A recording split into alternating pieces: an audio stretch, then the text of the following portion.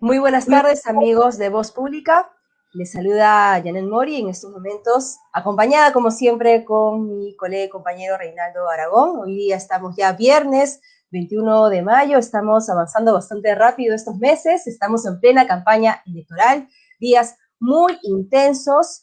Hoy nos despertamos con otra encuesta y esta es de Datum, en donde a pesar que la brecha sigue siendo corta entre ambos candidatos presidenciales, pues el candidato Castillo ha presentado una leve alza en sus porcentajes de intención de voto a favor de él. Y también el día de ayer hemos comentado y nos hemos solidarizado con los periodistas que han sufrido ataques permanentes de parte de simpatizantes y miembros de Perú Libre sobre este tema que todavía sigue teniendo cola, porque nosotros debemos seguir tocándolo debido a que es necesario defender la libertad de expresión que todos los periodistas debemos tener para llevar una información plural a todos nuestros oyentes. Reinaldo.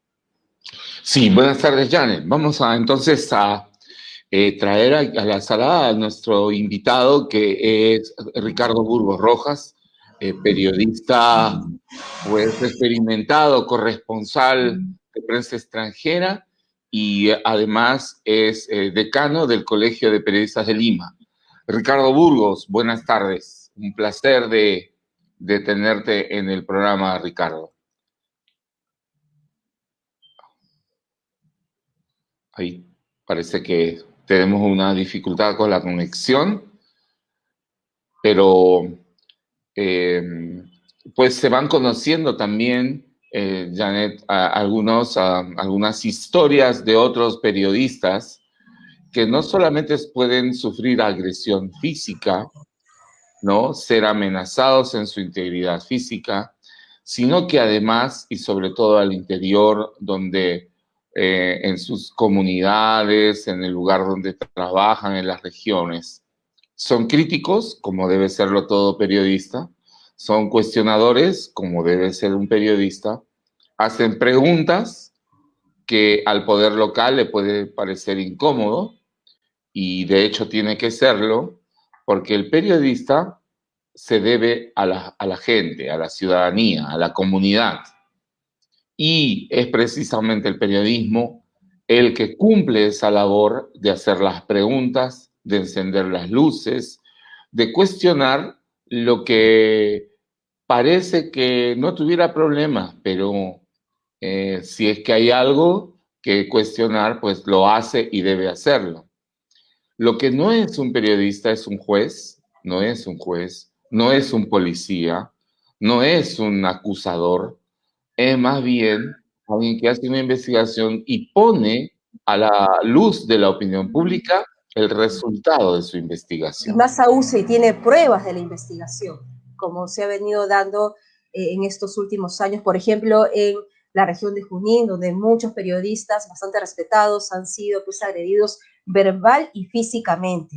Y eso se ha dado a conocer justamente en esta contienda electoral. Creo que retomamos con ya el decano del Colegio de Periodistas, Ricardo Burgos.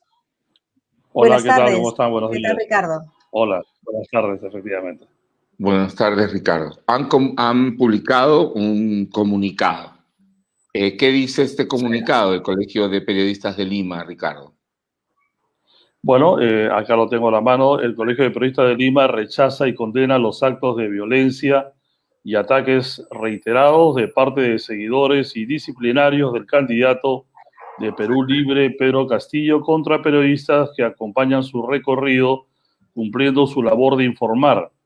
Estos actos constituyen una amenaza contra la libertad de expresión, que es uno de los derechos fundamentales que sostienen y legitiman una auténtica democracia, recordando que sin libertad de expresión no hay país libre ni justicia social. En medio de este clima de polarización electoral, nuestra orden hace extensivo este llamado de atención a todos los políticos en campaña y otros líderes de opinión para que eviten difundir mensajes de odio y estigmatización que a lo único que conducen es a dividir más a los peruanos. Y finalmente el Colegio de Periodistas de Lima aprecia que el candidato Pedro Castillo haya deslindado su responsabilidad en los últimos actos de violencia y exabruptos en contra de nuestro gremio. No obstante, nos mantendremos alertas frente a nuevos hechos que atenten contra la integridad de los hombres y mujeres de prensa que solo cumplen su labor de informar. Esto es lo que reza nuestro comunicado, queridos colegas. Así es. Ricardo, no es solamente este hecho, sino que ya han sucedido otros. ¿Cuál es la situación del reportero, del periodista, del equipo de prensa que sale a la calle? ¿Tiene protección? Inclusive hasta los han asaltado y se han llevado equipos costosísimos, ¿no? Como que si la policía no tuviera tampoco atención a eso. Es un oficio con bastante riesgo. Bueno, sí, efectivamente, hacer periodismo nunca ha sido sencillo, es una pasión. Reinaldo, Janet, todos nosotros tenemos una amplia experiencia en coberturas de prensa como reporteros o como corresponsales, y muchas veces hemos tenido estos problemas, estas dificultades, especialmente si nos remontamos a un pasado no muy reciente, a las épocas, claro, Janet todavía es muy jovencita, pero a las épocas del general Juan Velasco Alvarado. Tú recordarás que en ese tiempo, Reinaldo, a los periodistas incómodos o que ejercían, digamos, una opinión, eran deportados. La moda era deportarnos en ese tiempo, ¿no? Así es. Así es. Porque todos los periodistas salían, los periodistas decían, ojalá que me manden a tal país o tal otro, porque ahí tengo familia, ¿no? Pero inmediatamente tú decías algo en la televisión y al día siguiente ya estabas en un avión partiendo con rumbo desconocido, ¿no? Entonces, naturalmente, las agresiones a la prensa se han ido también, digamos, la palabra no es la adecuada, perfeccionando, pero sí han adquirido una sutileza ya mayor. Entonces, después de eso ya han venido los golpes, las cachiporras, han venido las detenciones, las intimidaciones, y ahora está de moda la estigmatización desde las plazuelas. Entonces, sale un telonero antes que hable el orador principal y empieza a fustigar a la prensa, prensa amarilla, prensa vendida, prensa corrupta, prensa mermelera, prensa guaripó. Así es. Estamos acá con dificultades, ha habido un corte en la transmisión, pero es precisa. Sí, ahora estamos ya, hemos vuelto. Sí. Y entonces ese tipo de cosas lo que hacen es construir ese caldo de cultivo para la violencia. Y es por eso que después de azuzar a sus seguidores y militantes, se produce, digamos, esta agresión a los chicos de Canal 4 y Canal N, y no contentos con eso, empiezan todavía una persecución que está documentada en imágenes. O sea que aquí no es que uno está exagerando, mintiendo, porque en estos tiempos el periodismo ya tiene un auxiliar que viene a ser el mal llamado periodismo ciudadano, en el que cualquier persona con un teléfono celular capta un determinado hecho y eso se convierte en noticia. ¿Se acuerdan ustedes del caso de Vizcarra cuando visitó Arequipa y una señora empezaba a correr detrás de la caravana pidiendo ayuda para su esposo que estaba grave y que luego desafortunadamente murió? Entonces son imágenes muy poderosas que no son producidas por la prensa, sino por la gente que tiene un teléfono celular. Entonces son los tiempos que vivimos hoy.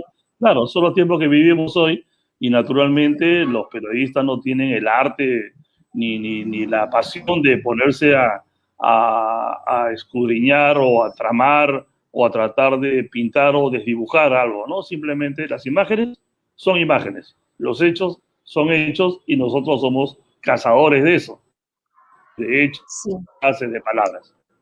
¿Qué sugieres como decano del Colegio de Periodistas a los medios de comunicación que envían a sus reporteros o corresponsales a cubrir estos recorridos de los candidatos, ¿no? Bueno, se ha visto hasta ahora solo de parte del candidato Castillo y de la gente que lo rodea este tipo de agresiones verbales y físicas para estas semanas que vienen, ¿no? porque es muy probable, no hemos visto a Castillo deslindar de una manera pues tajante estos hechos, se los considera aislados. ¿Qué recomendarías a los medios que van a continuar mandando a sus representantes, a sus reporteros, los periodistas de campo? Porque de todas maneras ellos se van a encontrar con la misma persona que lo agredió, con la misma gente que rodea a Castillo y que los empujan, para que de parte de los medios puedan proteger de alguna manera pues a sus reporteros. Bueno, Yanel, primero diría, ¿qué es lo que no recomendaría? Yo no recomendaría a los medios dejar de enviar a sus reporteros y equipos de prensa a cubrir los hechos. Los periodistas estamos hechos para estas dificultades. Los periodistas somos actores de primera línea. Estamos frente a la pandemia, al igual que médicos, militares, policías. Ocurre un terremoto, todo el mundo se va a fuga, los periodistas llegamos. Ocurre un incendio, los periodistas llegamos. Ocurre una catástrofe, los periodistas llegamos. Entonces, no es que los periodistas pidan condiciones especiales, solamente exigimos respeto. La palabra respeto.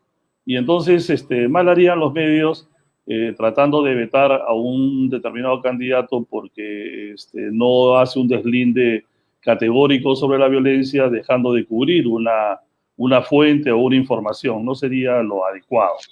Entonces, pero sí también a la gente que ya va, y esta ya es la recomendación, actuar con prudencia, con sagacidad y bueno, y sin temor, porque el solo hecho de manifestar temor frente a una multitud también te pone en aprietos, ¿no? Yo, por ejemplo, acabo de llegar de una cobertura de prensa en Colombia, donde he estado 15 días tomando el curso a esta nación sudamericana que está sumergida en un estallido social sin precedentes. Y haciendo una retrospección de lo que ocurre allá, digo, ojalá que esto nunca ocurra en nuestro país, ¿no? Acá tuvimos una marcha para destituir a Merino, fue una marcha de apenas 3, 4 días, pero allá ya llevan hoy 23 días. Y lo propio ha ocurrido en Venezuela, donde he cubierto marchas de hasta 50 días de protesta continua de la población, ¿no? Entonces hay que tener cuidado, sí, naturalmente, tampoco no somos supermanes, ni tampoco somos héroes, pero sí tenemos una misión, una pasión, y es lo que es nuestro oficio, nuestro trabajo, ¿no? Sí, y esa pasión se ha demostrado en plena pandemia también, porque las aglomeraciones han sido tal, igual de, digamos, este tipo de gente que está agrupada en un solo lugar, como si no hubiera pandemia, ¿no? Y en medio están los reporteros. Oye, Entonces, pero eso ocurre en todas partes. Esa mira, me has hecho acordar, Janet, ajá, porque justo vengo de Colombia, como te estoy diciendo, y también ahí las aglomeraciones están a la orden del día. Y entonces los servicios médicos, la gente que maneja el sistema de salud, está preparándose ya para porque ellos están en la tercera ola, como le dicen, ¿no? Entonces, ellos ya se están preparando para un recrudecimiento de la enfermedad. En Colombia mueren al día aproximadamente entre 450 y 500 personas por día, y el nivel de contagios es de 15.000 a 16.000 por día, o sea, está mucho más alto que en el Perú. Y lo que yo también he visto es que la gente lo toma de una manera más desaprensiva. O sea, no todos usan la mascarilla. Es más, yo cuando estaba cubriendo las manifestaciones, puede parecer exagerado, pero me ponía 3 mascarillas. O sea, por si acaso, ¿no?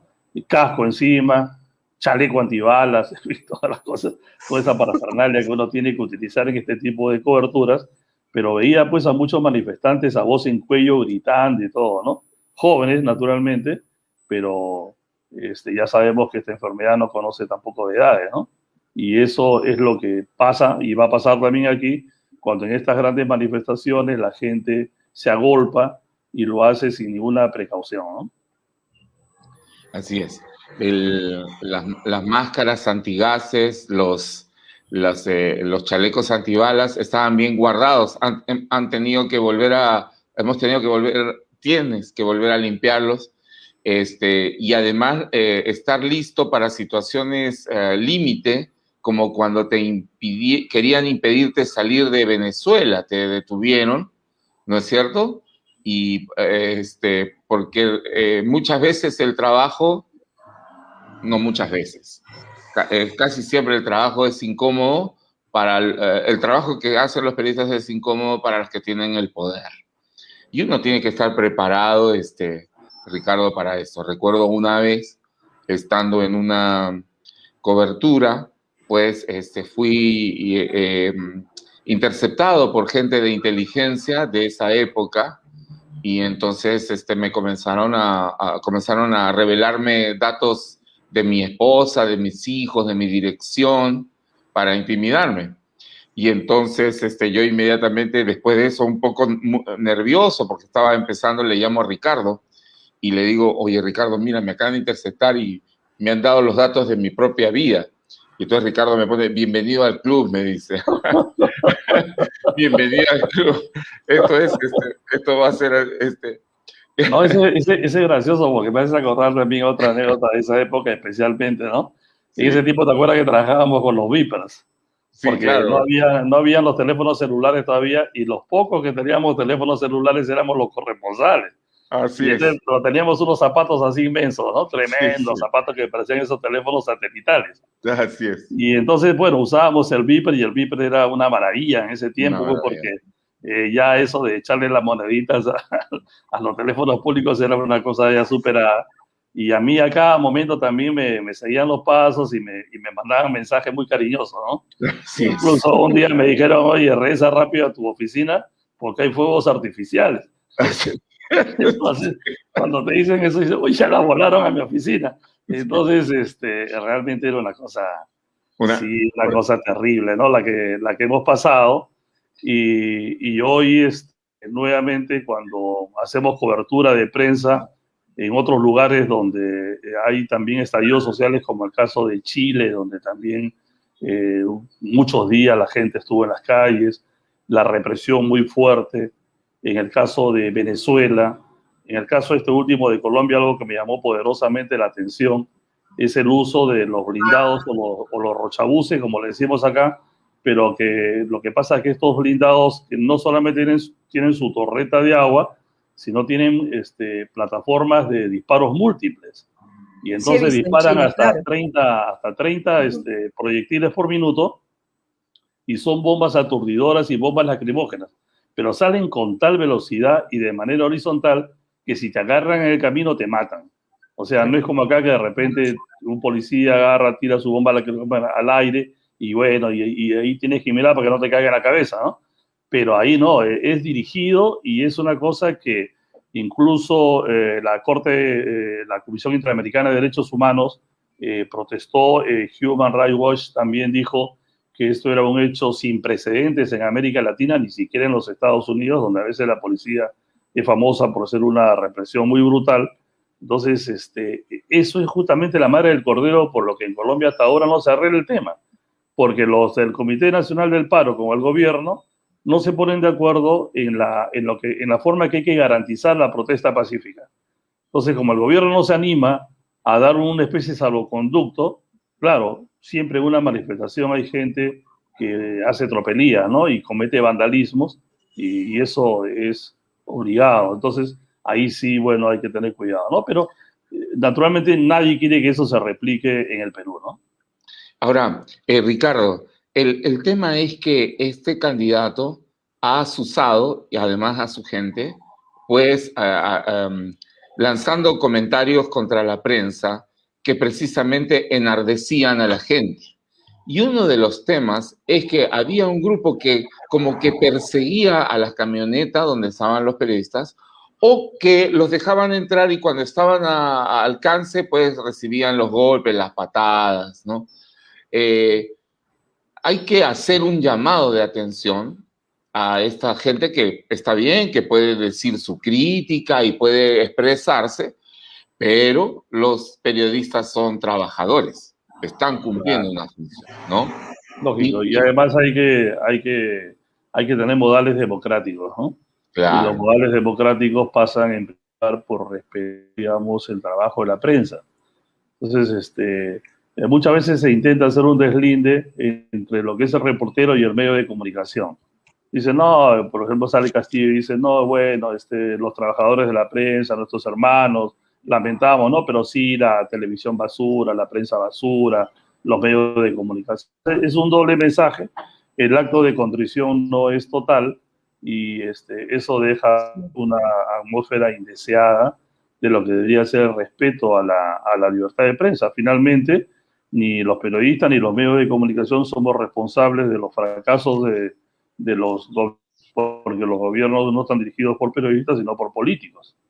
Y entonces hacia ellos mismos deberían dirigir su autocrítica, ¿no? Sí, pues, y también debe haber libertad y respeto a la libertad de fijar una línea editorial. ¿Cómo ves tú ese manejo en los medios de comunicación, Ricardo? ¿Cómo se está fijando la línea editorial de cada uno de ellos?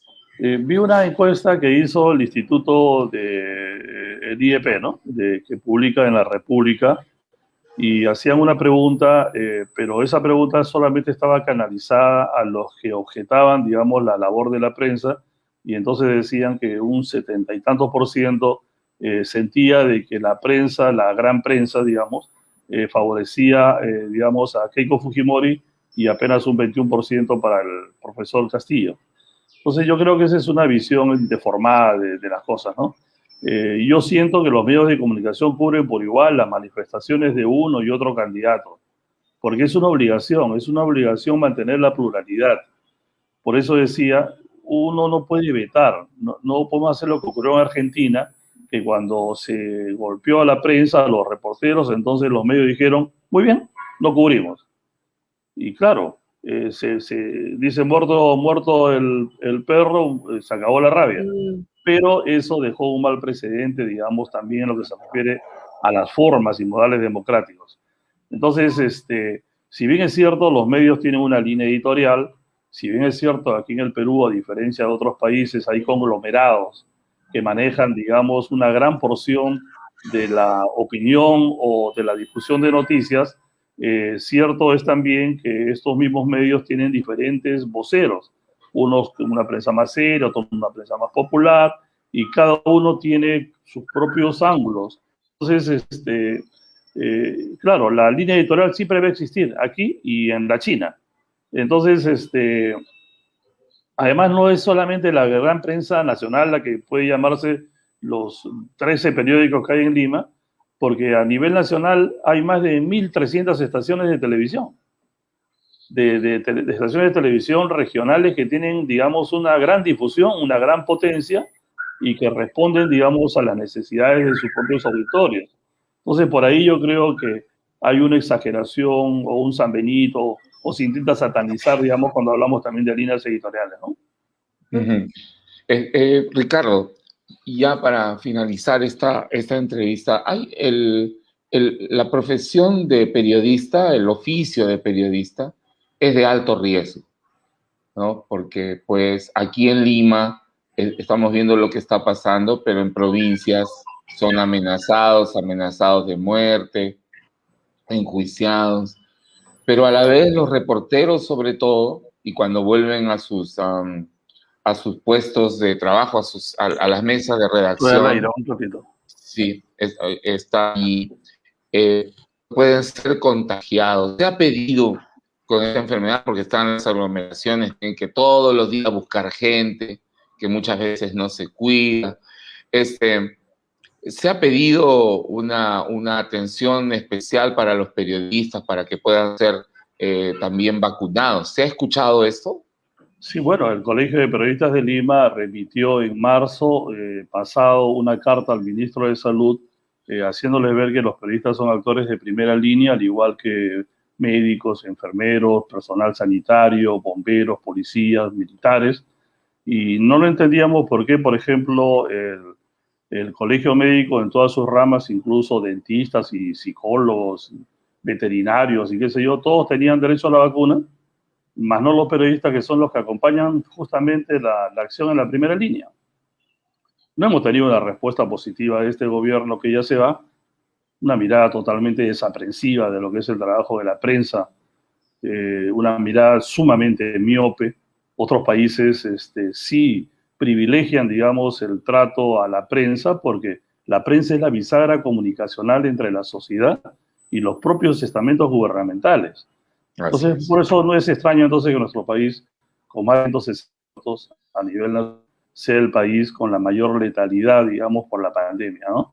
Desafortunadamente, ni el ministro de Salud, ni el presidente, a donde todos los gremios, tanto la Federación de Periodistas como el Colegio de Periodistas, hemos dirigido cartas, pero lamentablemente no hemos tenido respuesta ni eco positivo, ¿no? Sabiendo además, según los números y según la Comisión Interamericana de Periodistas o Internacional de Periodistas, que señala al Perú como uno de los lugares con mayor índice de fallecidos entre los periodistas, comparado a otros países del mundo, ¿no? Sí, pues son medallas indeseadas, ¿no? Es algo que uno no desea, algo que uno no quiere, pero que lamentablemente ocurre, te vuelvo a reiterar, por la miopía de nuestros gobernantes, por la miopía de nuestras autoridades sanitarias, que no privilegian, digamos, el trabajo esforzado, sacrificado, valiente y apasionado de los periodistas. No estamos pidiendo un trato especial, no estamos pidiendo que nos vacunen porque queremos ser una casta privilegiada, ¿no? Sino simplemente somos los actores de primera línea. Es como en la guerra, Reinaldo, Janet. En la guerra van los corresponsales con sus cámaras, todo, y ¿qué? El ejército le da cascos, le da toda la vitualla para poder cuidarse también en el frente de guerra. Y trabajan y dan las imágenes al mundo acerca de lo que ocurre, ¿no? Pero acá no, acá simplemente nos ignoran. Mal por este gobierno, ¿no? Mal, muy mal. Y no es ningún privilegio, es una protección, además para personas comunes y corrientes que tenemos esta pasión, pero además esta responsabilidad y la importancia de un trabajo de llevar las noticias a la gente. Bien, a Ricardo Burgos, corresponsal, extranjero, periodista y decano del Colegio de Periodistas de Lima, muchas gracias por estar con nosotros. Reinaldo, Janet, siempre es un gusto hablar con ustedes. Un gran abrazo. Gracias. Importante. Gracias, Ricardo. Importante lo que... Adiós. Importante lo que nos señalaba el decano del Colegio de Periodistas, ¿no?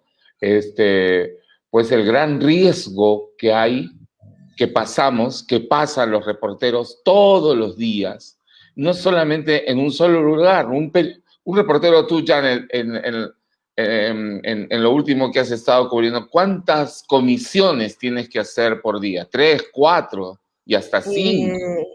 Sí, bueno, ahora están en plena campaña, siguiendo un candidato inclusive todo el día, pero por lo general son hasta 3 y 4 por día.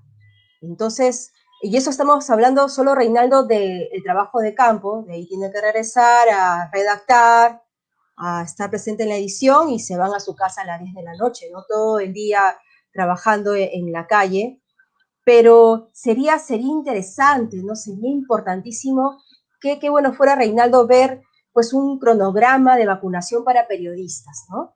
No es un esfuerzo grande que pueda hacer el gobierno realmente para que podamos, para que se pueda cubrir a estos hombres y mujeres de prensa que justamente nos llevan estas imágenes importantes, ¿no? Y también, Reinaldo, ojalá que no se haya recrudecido el porcentaje de contagiados de esta segunda ola justamente durante estas coberturas de la campaña electoral. Espero que no sea así. Hemos visto partir a compañeros, camarógrafos, reporteros, no solamente aquí en Lima, sino en diversos lugares de nuestro país, y es una situación triste y lamentable. Así como todos aquellos que, por realizar su trabajo, pues, delicado, se han contagiado y, pues, han fallecido en el cumplimiento de su deber. Bien, vamos a continuar con nuestro programa y ha sido publicada en las últimas horas una nueva encuesta, y para hablar de esta encuesta y de la campaña electoral y de las situaciones que se están viviendo en esta campaña electoral, los anuncios, la presentación de equipos técnicos, está con nosotros el doctor Juan José Uchuya, abogado, experto en temas constitucionales, políticos, y que con la Asociación Defensa Ciudadana y Unidos Pro Familia, pues tienen siempre una importante opinión sobre esta situación. Doctor Juan José Uchuya, buenas tardes. Hola Reinaldo, ¿cómo está? Janet, un placer nuevamente estar con ustedes a sus órdenes. Buenas tardes. Sí, bueno, doctor Uchuya, es sobre la encuesta de Datum. ¿Qué opina al revisar estos últimos números que nos da esta encuestadora? Bueno, tenemos ahí en pantalla, doctor Uchuya, no sé si usted puede ver también. Sí, la estoy viendo. Ahí tenemos pues 40% Keiko Fujimori y 45% Pedro Castillo, blanco 9% y no sabe 6%. Y bueno, los márgenes igual están estrechos, pero queremos escuchar sus comentarios, doctor. Bueno, no cabe duda que ha aumentado un poco la diferencia entre Castillo y Fujimori. La semana pasada había un empate técnico prácticamente porque estaban a 1 o 2 puntos de diferencia. Sin embargo, yo creo que esta lectura obedece a la presentación del equipo de Keiko, donde ha incluido a personajes que están ligados a sentencias por corrupción en algunos casos, en otros porque ha incluido a un personaje que es notablemente visible, representante de la ideología de género, y con ello ha alejado a un sinnúmero de creyentes, de cristianos, evangélicos, o a ese 1,5 millones de personas que han desfilado, han participado en manifestaciones públicas para rechazar la perversión sexual que se quiso implementar en educación y que al final de cuentas fue liderada por este señor Bruce y por otras personas que están en este equipo, ¿no?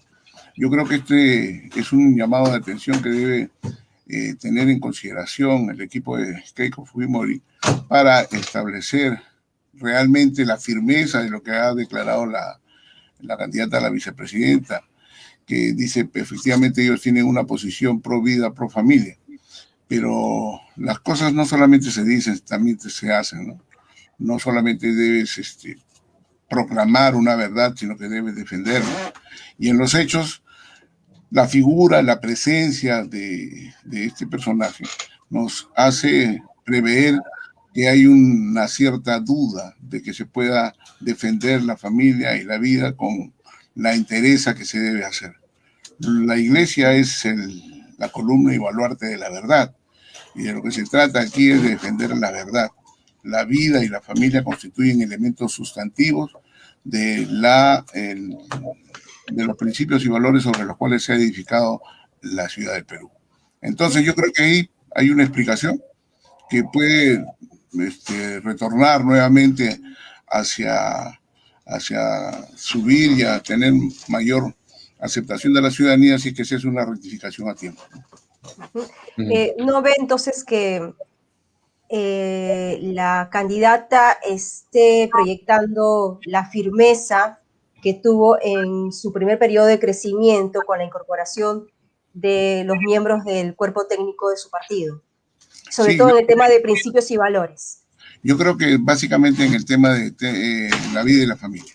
Allí ha habido una especie de aplanadora en los últimos 5 años para establecer otro tipo de familia a la que nosotros conocemos, el hombre y la mujer, los hijos, etcétera. Han incorporado un nuevo tipo de familia a la cual incluso llegaron a dar un dispositivo legal que era la familia democrática.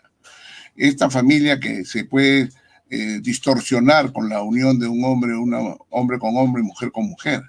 Y esto es la ideología de género. Este es el enfoque de género que en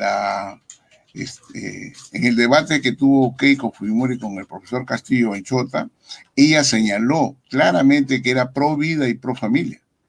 Y ser pro vida, pro familia es como la mujer del César. No solamente debe serlo, debe parecerlo. ¿Qué cuestionamiento se hace a una candidatura que pues, parecía representar, y Dios quiera que así sea, la defensa de estos valores, ¿no? Que son valores democráticos, valores fundamentales para la sociedad Y no es esto una posición religiosa. Dice la Constitución, ¿no? Sí. Que la familia es la base de la sociedad, ¿no?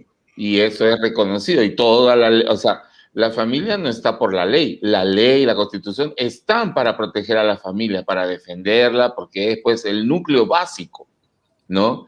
De ahí nacen las ciudades, las naciones, los países, ¿no? Y ahí nacen los grandes hombres también, porque son educados en principios y valores que le permiten desarrollarse en una sociedad como tal.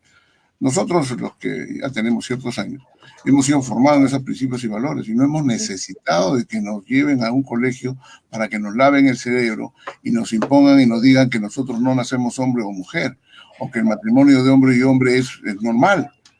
Esto no es posible.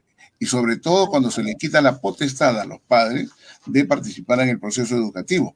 El artículo 13 de la Constitución establece este derecho que ha sido cercenado por Vizcarra, por Kuczynski, por todos estos representantes de esta ideología de género, en las cuales han sido promovidas por el señor Bruce.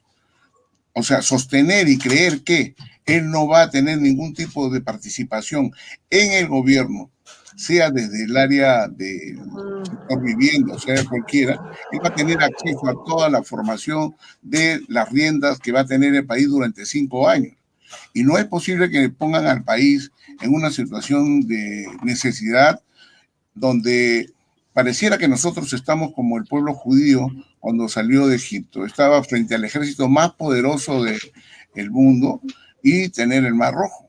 Y aparentemente no había ninguna salida hasta que intervino Dios y a través de Moisés abrió las aguas y le dio salida al pueblo cristiano. Bueno, el Perú necesita un acto de esta naturaleza sobrenatural que llegue al corazón de las personas y que establezca la responsabilidad que Keiko Fujimori representa en este momento. Ella no representa a Keiko Fujimori, no representa al fujimorismo, incluso hasta la democracia. ¿Por qué? Porque la democracia ha sido un sistema de gobierno que no ha atendido las necesidades de los más necesitados en el campo y la ciudad. Requiere de una reestructuración, de una cosmovisión totalmente distinta, una democracia social, una democracia funcional que nazca de abajo hacia arriba. Pero lo más importante es que existen 2 dictaduras. La dictadura del proletariado que promueve el comunismo y la dictadura de género que promueve Carlos Bruce y todos los representantes de la ideología de género. Por eso es que es necesario que en este tiempo ella determine muy bien cuál va a ser su papel y con qué está identificada y que haga el deslinde necesario. Yo creo, por ejemplo, que, y así lo creen muchos padres de familia, que la presencia de Bruce, más que sumar, va a restar. Y no solamente va a restar, sino que va a dividir. Y ya estamos viendo algunas declaraciones de otros personajes que están en este equipo, que dijeron que no, que efectivamente que Keiko estaba a favor de, hablando de ella. Pero lo que queremos escuchar es de su voz de ella. Y la única manera de poder tener las cosas claras es cuando hay un equipo uniforme. No se trata de hacer un equipo con jugadores viejos. No se trata de hacer una selección con jugadores que son y están dedicados pues más a la vida nocturna que al deporte. No se trata de hacer un equipo de salvación del Perú con personajes que no han tenido ni siquiera el 0.2% de votación.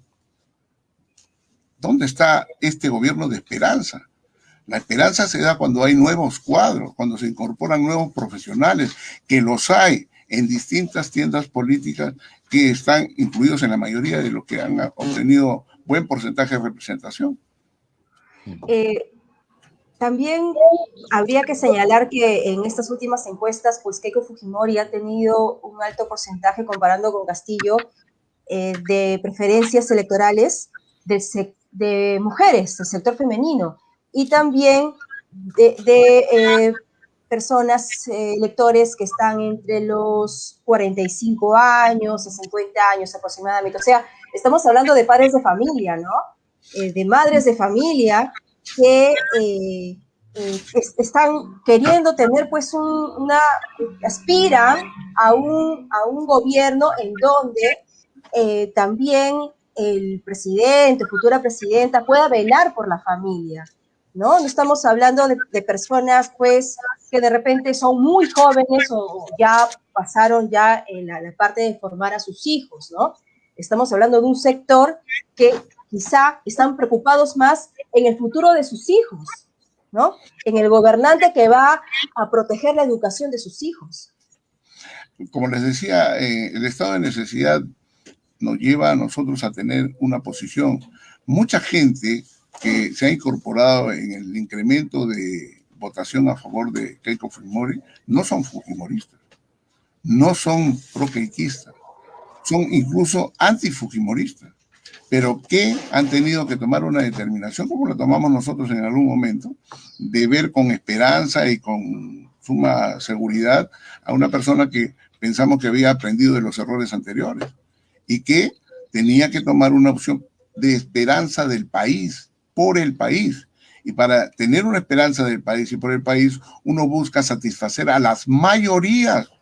Y la mayoría de los peruanos requieren tres cambios: el cambio político de las estructuras de gobierno, requiere el cambio económico, dentro de los cuales están la protección a la salud, a la educación, a la seguridad ciudadana, pero también requieren un cambio de seguridad en sus hogares, que viene de un cambio espiritual, digámoslo, que de alguna manera refleja la moral pública, y la moral pública tiene que estar en defensa de la verdad y no enarbolar la bandera de la mentira. No son los sistemas, simplemente, que por supuesto son importantes, son los valores, ¿no es cierto? Los valores. Una buena persona puede estar en un puesto en medio de un mal sistema, pero es una buena persona, ¿no? Es como alguien dijo, ¿no? Puede haber mala legislación, pero si el juez es un buen hombre, va a fallar justamente, ¿no? ¿No? Y puede haber una muy buena legislación, pero si el juez es un mal hombre, va a fallar injustamente a pesar de una buena legislación. Y eso es, ¿no? Y eso es lo que tiene que propender, lo que tiene que impulsar, lo que tiene que fortalecer el Estado cuando los niños van a la escuela. Dar, pues, enseñanza científica, enseñanza que fortalece su entorno, no que lo cuestiona y lo deconstruye como hay estas ideologías. Y parece que pues no están hablando bien los candidatos y claramente acerca de esto, doctor Uchuya. Sí, fíjese usted, un principio bíblico dice: no solo de pan vivirá el hombre, sino de toda palabra que sale de la boca de Dios. O sea, un hombre que desea tener las satisfacciones materiales de casa, vivienda, comida, etcétera, y no tiene la tranquilidad y la paz interior, no va a ser feliz, no va a encontrar lo que los políticos llaman en el bien común el bienestar. El bienestar es el goce, la bienaventura que puede tener un hombre cuando tiene la totalidad de la satisfacción de sus necesidades. Y no propender a darle tranquilidad a la necesidad espiritual de un pueblo que se ha visto amenazado durante más de 10 años para quitarle la potestad de los padres de educar sexualmente a sus hijos.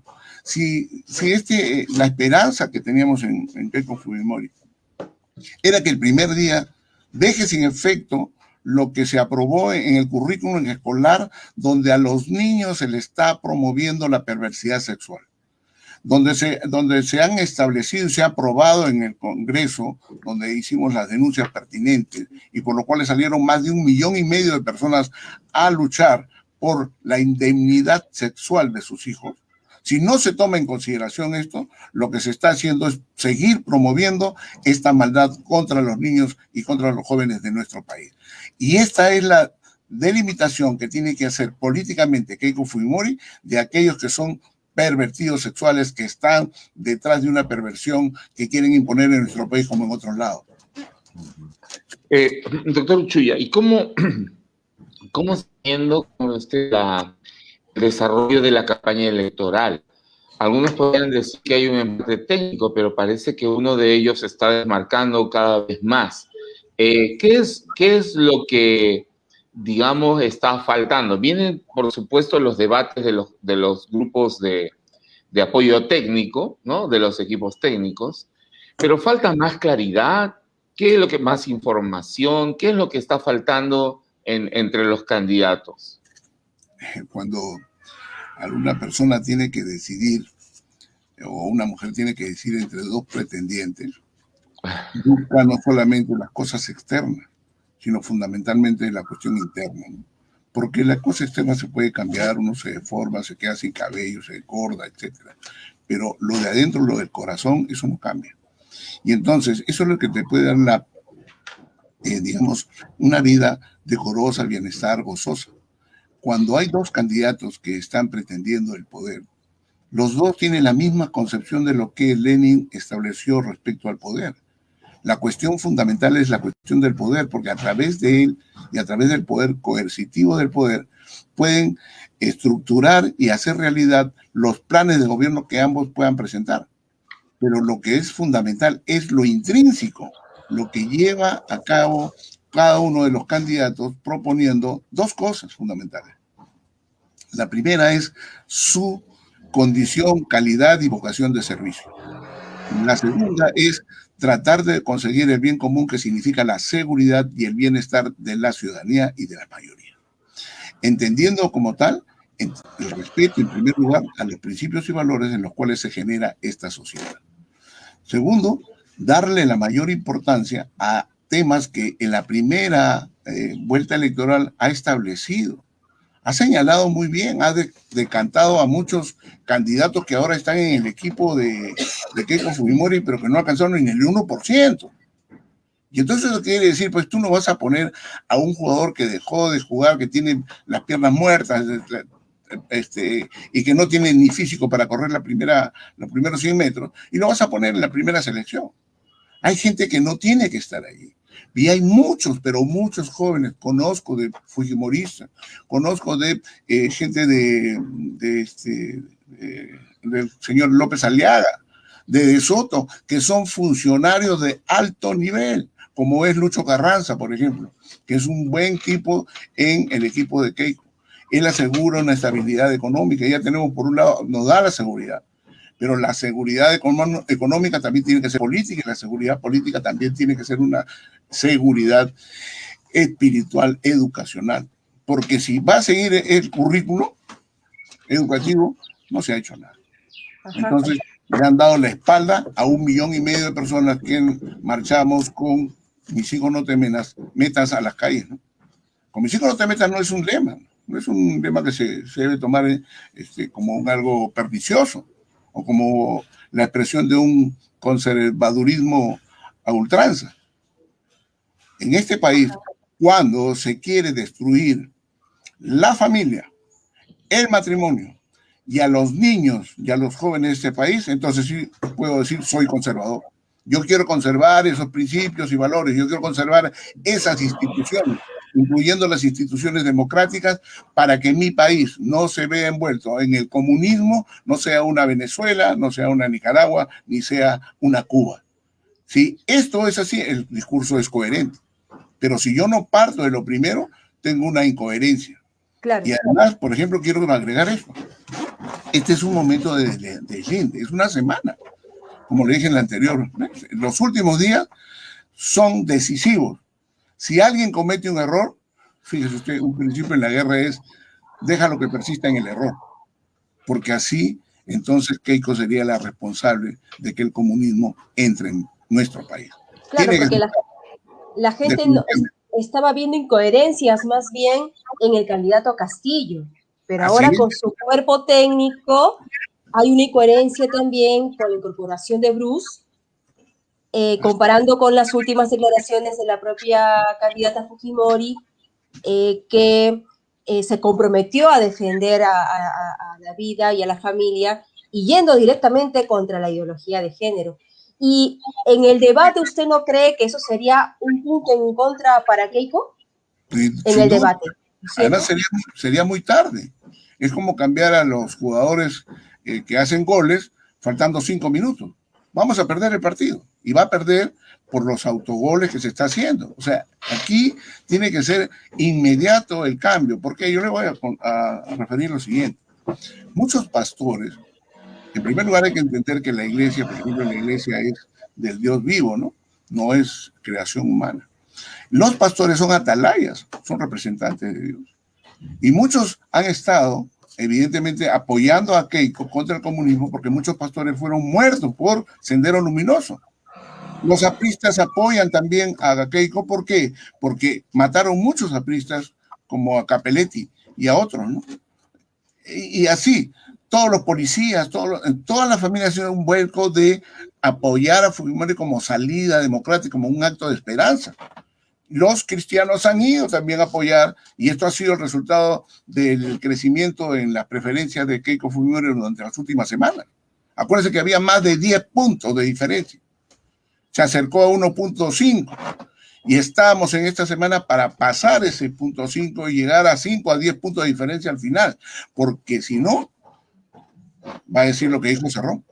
Los primeros meses de Keiko Fujimori va a tener un rechazo en las calles, va a tener una violencia, un estado de violencia que el Perú le va a pasar la factura, pero además se tendrán que sumar los padres que ven que sus hijos van a seguir siendo pervertidos sexualmente con una currícula que es totalmente demoníaca.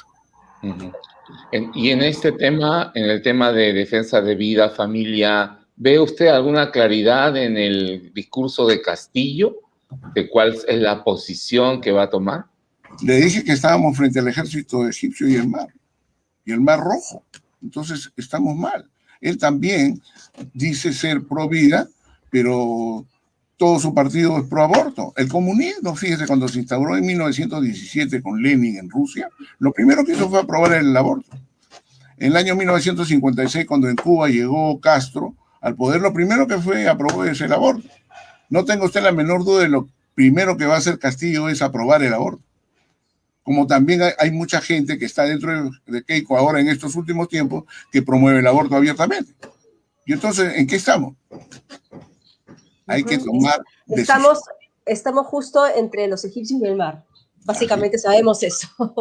¿Es cierto? Mira, si nosotros leemos bien esta reducción de las preferencias de Keiko, y la podemos leer a diario, vamos a darnos cuenta cómo va a ir decantándose.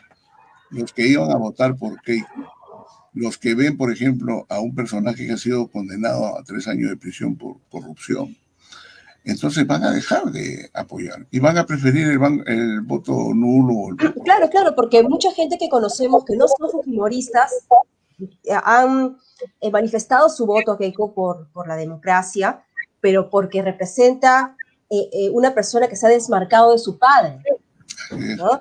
Pero con estas figuras que han salido a la luz de nuevo acompañando a Keiko, pues ya dice todo lo contrario, ¿no? Para muchos. Y con mucha Dime razón con quién andas y te diré quién eres. Pero aquí también hay un tema también. El tema ya desde el punto de vista cristiano. Nosotros somos ciudadanos, opinamos como ciudadanos, pero los que profesan el cristianismo tienen una doble responsabilidad.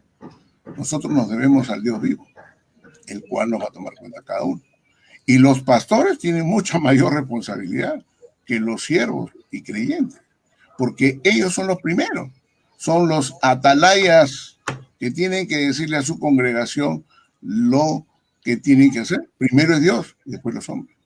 Y en esta excitación que tenemos las dudas, por eso digo, en estas dudas tienen que ser respondidas inmediatamente, tomando una decisión que además la va a fortalecer, porque ese 1,5 millones de personas que desfilan para defender a sus hijos van a emitir un voto consciente, voluntario y mucho más fuerte que cualquier otro que está detrás de la política, de la economía, etc. Va a luchar por sus hijos y ese 1,5 millones se va a ver en la diferencia que necesita Keiko para poder gobernar en armonía, en bienestar y en paz. Estamos en una hora decisiva y evidentemente, pues, en medio de esta crisis se necesita un gobierno que tenga las cosas claras para sacar adelante al país, ¿no? Además de la crisis económica, de la pandemia, hay una crisis moral. Estamos saliendo de toda una, ni siquiera saliendo, estamos en medio de toda una historia de corrupción triste, destructiva, que ha remecido las bases de la sociedad peruana y poco se habla al respecto. Por lo tanto, quiera Dios ayudar bendecir, iluminar a la ciudadanía y quiera Dios tocar los corazones de aquellos que desean servir al país, pero cuando uno va a servir bien al país, debe servir primero a Dios, ¿no? Y tomarlo pues como la gran inspiración, como aquel que si uno confía en él, pues nos va a llevar a buen puerto. Dice la Biblia que Dios honra a los que le honran, ¿no? Y un gobernante que honre a Dios, por supuesto que va a poder salir adelante en medio de esta crisis tan terrible. Bien, seguiremos conversando nosotros desde este programa con los diferentes analistas para ver cuál es la decisión que debemos tomar este 6 de junio. Y quiera Dios, pues, que este país tan bendecido, tan rico, que el Dios nos ha dado, pueda tomar una decisión correcta para seguir adelante en beneficio de los más necesitados, los más pobres y nuestra sociedad peruana. Gracias, doctor Uchuya, por estar con nosotros. Muchas gracias, doctor. Muy bien, ha sido el doctor Juan José Uchuya, de Unidos Pro Familia y de Defensa Ciudadana, pues hablando de temas muy, muy importantes, ¿no? Que debemos tener en cuenta. Bien, el lunes estaremos nuevamente a la 1 de la tarde con Voz Pública a través de Ver TV y Cadena Sur Noticias. Estamos presentes en Ica, estamos presentes en Chincha, estamos presentes en Nazca y pues esto es una ampliación de nuestra cobertura en el programa. Así que pues allí estamos contentos Creciendo. también. Sí, creciendo. Como las encuestas. Gracias. Así es. ¿No? Muy bien. Muy bien. Estaremos entonces el lunes, Dios mediante, a la 1 de la tarde a través de Voz Pública. Gracias, Janet. Muchas gracias. Reinaldo Aragón. Y pues estaremos el lunes otra vez a la 1 de la tarde. Gracias. Víctor ha estado con nosotros también. Víctor Córdoba. Hasta el lunes. Buen fin de semana.